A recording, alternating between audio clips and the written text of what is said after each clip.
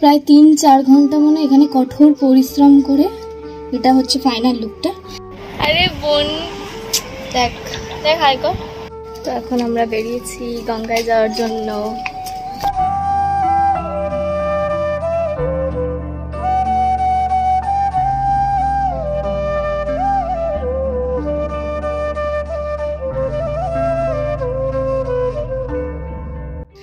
নমস্কার সকলকে, আমার চ্যানেলে তোমাদেরকে আরো একবার স্বাগত জানাচ্ছি। আশা করি তোমরা অনেক অনেক ভালো আছো, সুস্থ আছো। আমরাও বেশ ভালো আছি। আর আজকে নীল ষষ্ঠী, যেহেতু ষষ্ঠী আজকে আমি সকল ঠাকুরকে জামা প্যান্ট পরাবো। আর আমরা যে নতুন জামা প্যান্ট পরেছি আর তার সাথে যে এক ব্যাগ ঠাকুরের জামা প্যান্ট, যেটা হাতিবাগান থেকে কিনেছিলাম, তোমরা আগের ব্লগেই দেখেছিলে। আর এই যে আমার গপু বসে আছে এখন নতুন জামা পরে রেডি হবে বলে। শুধু গপু নয়, আজকে প্রত্যেকটা ঠাকুরকেই নতুন জামা প্যান্ট পরাবো। আর ওইদিকে আমার বোন শুয়ে রয়েছে, হাই ওখানে শুয়ে রয়েছে। ও একটা নোংরা, সানটান করে না। আমি সকাল থেকে উঠে সানটান করে রেডি হয়ে গেছি আর পুজো করবো বলে। বেসিক্যালি এই যে বাবা পুজোর সামগ্রী নিয়ে চলে এসছে, যেহেতু আজকে মায়ের সাথে আবার গঙ্গায়ও যেতে হবে। মা নীলষষ্ঠী করে যেহেতু, আম পারবো গাছ থেকে, সবকিছু তোমাদের সাথে আজকে শেয়ার করবো। তো চলো ভিডিওর এন্ড পর্যন্ত দেখতে থাকো। কেমন লাগলো আমাকে অবশ্যই কমেন্টে জানাবে। ভালো লাগলে লাইক, কমেন্ট অ্যান্ড সাবস্ক্রাইব। জল বিস্কুট বাবা খাইয়ে দিয়েছে। আর এখন ওকেই আগে ফার্স্ট স্নান করাবো, যেহেতু বাচ্চা মানুষ, তো ওকে আগে স্নান করাবো। মানে 2 গোপালকে স্নান করাবো, আজকে 3 গোপালকেও স্নান করাবো। মানে এনাকেও খুব ভালোভাবে পরিষ্কার করে নতুন মুকুট টুকুট এনেছে, সেগুলো সব দেবো। আর ওইদিকে রাধাকৃষ্ণ আছে, শিব ঠাকুর আছে। শিব ঠাকুরটাকেও আজকে নামাবো। এই যে এখানে যে শিব ঠাকুরটা আছে সেটাই বেসিক্যালি মা আজকে পুজো করবে। পুজো করি, তারপর গঙ্গায় গিয়ে পুজো হবে আবার। আর এখানে নারায়ণ, লক্ষ্মী। আমার সব থেকে বেশি হেডেক হয় মা লক্ষ্মীকে পরিষ্কার করা আর বাবা নারায়ণকে পরিষ্কার করা। কারণ 1 সেকেন্ডের জন্য ভুল ত্রুটি করা যাবে না, কোনো পায়ে লেগে যাওয়া বা তুলসী পাতা দিয়ে সামথিং প্রচন্ড বেছে বুছে করতে হয়। আর মা লক্ষ্মীকে পরিষ্কার করতে বেশ আমার অনেকটা টাইম লেগে যায়। আজকে মা লক্ষ্মী খুব সুন্দর লাগছে। আর আজকে আমি মা লক্ষ্মীর জন্য একটা স্পেশাল নববর্ষ স্পেশাল একটা জামা এনেছি, তাও তোমাদের সাথে শেয়ার করি। এই যে মা লক্ষ্মীর জন্য জামদানি প্রিন্টের একটা শাড়ি এনেছি। মানে এটা একদম নববর্ষ স্পেশাল লাগবে। বৈশাখে যখন আগে ছোটবেলায় মানে পারফরমেন্স করতাম স্কুলে, এরকম লাল সাদা শাড়ি পরে যেতে হতো, এসো হে বৈশাখ ডান্স করতাম যখন। তো আমিও বেছে বুঝে এরকমই একটা নিয়েছি। যদিও একটু এটা ছোট হবে মা লক্ষ্মীর, কিন্তু এত সুন্দর লেগেছে। আর এটা এক পিস একটু বড় ছিলও না, এত সুন্দর লেগেছে। আচ্ছা ঠিক আছে, এটা ভালোভাবেই পরিয়ে দেবো, আমি ম্যানেজ করে দেবো সুন্দরভাবে পরিয়ে। তো সুন্দর না শাড়িটা? কমেন্টে জানিও কেমন লাগলো মা লক্ষ্মীর শাড়িটা। আরও আছে অনেক কিছুই, চলো তোমাদের দেখাই। উপাসনার জন্য 2টো জামা আছে, একটা আজকে ষষ্ঠীতে পরবে আর একটা হচ্ছে নববর্ষের জন্য পরবে। তো কনফিউজড হয়ে যাচ্ছি কোনটা পরাবো। 2টো কালার সেম বাট 2টো কালার। ভাবছি রেডটাই পরাই, যেহেতু সবাইকে বেশিরভাগটা আজকে রেড পরাবো। আর এইখানে সেম জামদানি প্রিন্টেড একটা লাল রঙের শাড়ি হচ্ছে ছোট মা লক্ষ্মীর। আর এইখানে মনে হয় ধুতি আছে, বড় নারায়ণের ধুতি এটা আমাদের। আর এইখানে হচ্ছে আমার ছোট গপুর জামা। অনেক কিছুই নিয়েছিলাম, মা রেখে দিয়েছে নববর্ষের দিন পরাবে বলে। আর এটাও হচ্ছে বড় নারায়ণের ধুতি। আর এই দুটো হচ্ছে কভারটা খুব সুন্দর, 2টো কালার। ভায়োলেটটা তো আমার ভীষণ পছন্দ, ভায়োলেট কালার মানে মেজেন্টা কালারের একটা আমার ভীষণ পছন্দ হয়ে গেল, কারণ মেজেন্টা কালার আমার সব থেকে ফেভারিট। আর পিঙ্কটাও খুব সুন্দর, স্ট্রবেরি গরমের ফল। তো চলো এখানে পরিষ্কার করা যাক সবাইকে সুন্দরভাবে।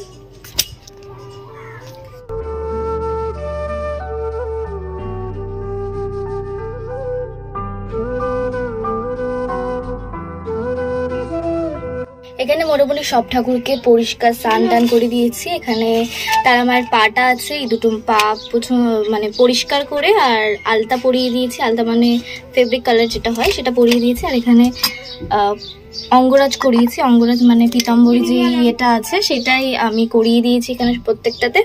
আর এখন এখানে স্ট্রবেরি যেই পিঙ্ক কালারের যে ইয়েটা পেতেছি কভারটা, সেই কভারে ওদেরকে এক এক করে বসিয়ে দেবো এখানে সুন্দর করে, যে যার পজিশনে আছে। শুধু শিব ঠাকুরকে স্নান করাইনি, স্নান করিয়ে এখানটায় বসাতে হবে আসন পেতে, যেহেতু মা শিব ঠাকুরের মাথায় এখানেই জল ঢালবে প্রথমে। তো চলো দেখতে থাকো আর সঙ্গে থাকো।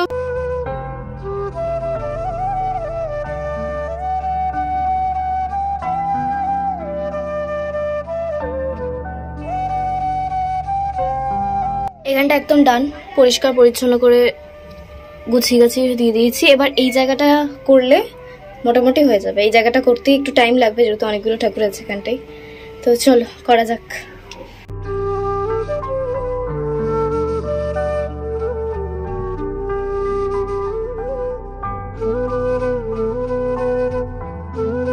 তো এখন আমার কিন্তু গোপুসোনাকে স্নান করানো গেছে, মানে এটা আমার পুরীর গোপাল, তোমরা অনেকেই জানো।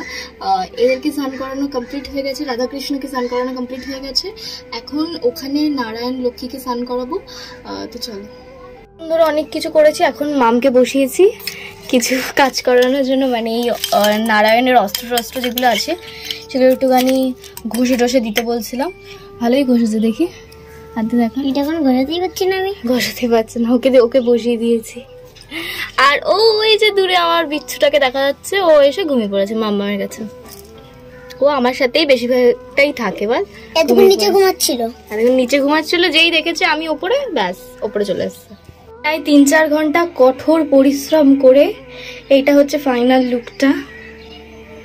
তোমরা খুব ক্লোজ থেকে ফাইনাল লুকটা দেখে নাও।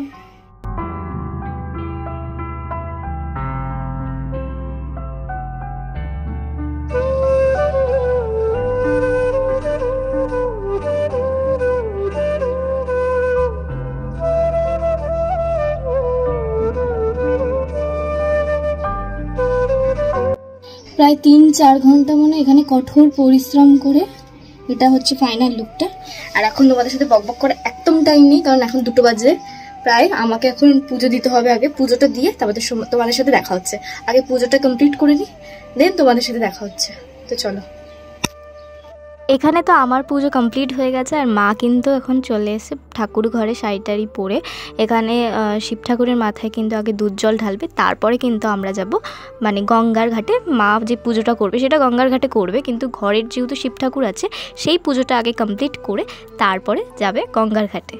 আর আজকে কিন্তু সবাইকে শসা, পেয়ারা, মিষ্টি, আপেল, সব রকমের ফল, মানে 5 রকমের ফল আর 5 রকমের মিষ্টি দিয়ে খেতে দিয়েছিলাম। এদিকে আমার বোনের মুখটা একটু ছোট হয়ে গেছে, যেহেতু আমি মা যাচ্ছি, বোনকে নিয়ে যাচ্ছি না, তাই ওরকে একটু রাগাচ্ছিলাম, গালটাল টিপছিলাম, বলছিলাম অনেক কিছু মিষ্টি পিষ্টি আনবো তোর জন্য। আর এখানে আমরা ফাইনালি বেরিয়ে পড়েছি। আজকে একটা নতুন কুর্তি পরেছি, আমাকে বলো কমেন্টে যে আমাকে কেমন লাগছে আজকে। এদিকে দেখো, আমার মা আর আমি শুধু একা যাচ্ছি না, আজকে কিন্তু মামের মাম দুজন মিলেই যাচ্ছে। আর ওরা কিন্তু লাল সুন্দর সুন্দর শাড়ি পরেছে। আমার মাকে তো অপসরাই লাগছে আজকে, সুন্দরই লাগছে। মায়ের উপোস করে প্রচন্ড কষ্ট হচ্ছে, মায়ের মুখে ফুটে উঠেছে সেটা। আমার কষ্ট হচ্ছে, হাঁটতে পারছে না। আর আমি ব্যাগ বইতে বলছি, মানে আমাকে দিয়ে বয়াবে বলেছে, কিন্তু আমি ভিডিও করছি তো ওই জন্য বইতে পারছিলাম না। কষ্ট হচ্ছে মা তোমার? বলো, কষ্ট হচ্ছে?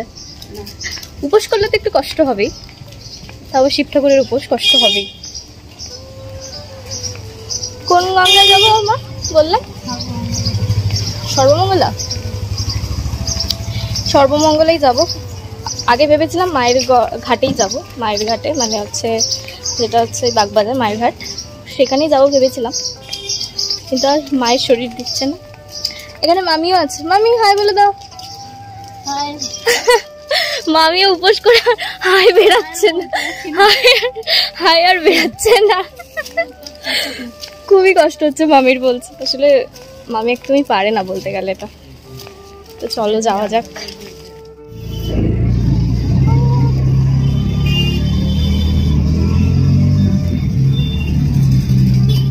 এখানে কিন্তু আমরা সকলেই অটোতে উঠে গেছি আর অটো করেই যাব আজকে, যেহেতু আমরা কাশীপুর মায়ের গঙ্গার ঘাটে যাচ্ছি।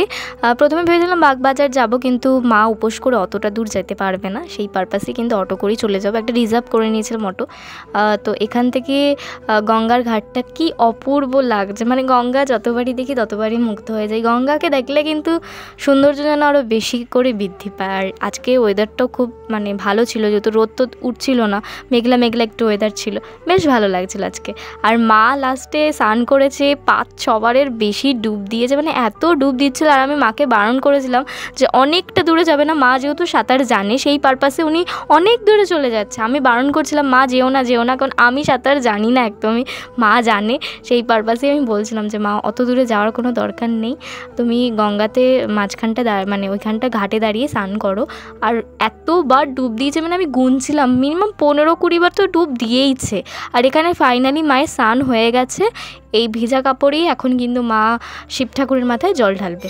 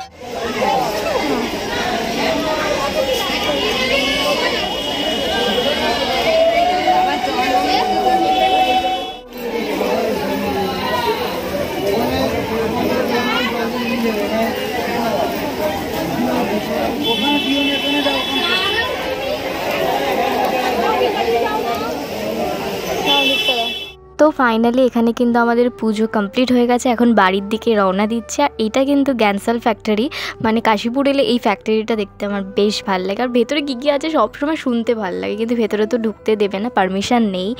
আর এখন অটো করেই যাচ্ছি। আর আমি শিব ঠাকুরের কাছ থেকে একটা আকন্দ ফুলের মালা নিয়ে নিয়েছি, যেটা একটু হাতে পড়েছিলাম, আমাদের লাস্টে আমি দেখিয়েওছি। মানে আকন্দ ফুল আর একটা পেয়ারা না শশা আমাকে দিয়েছে ঠাকুরমশাই, যিনি পুজো করছিল। আমিও একটু জল ঢেলেছি, সামান্যই জল ঢেলেছি, যেহেতু আমি উপোস করিনি তাই আমি সামান্যই জল ঢেলেছি।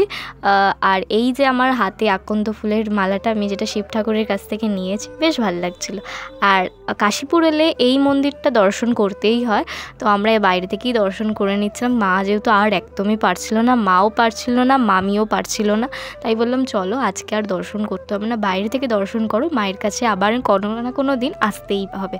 আর বাড়িতে এখন এসে গেছি, এসেই আগে শরবত খাবো, কারণ প্রচণ্ড মানে হেডেক হয়ে গেছে, মাথা ব্যথা যন্ত্রণা করছে আর খিদেও পেয়ে গেছিলো আমার। তো মাকে বললাম তুমি আগে দইয়ের শরবতটা করো, নিজে খাও, তারপর আমাদের সবাইকে দেবে।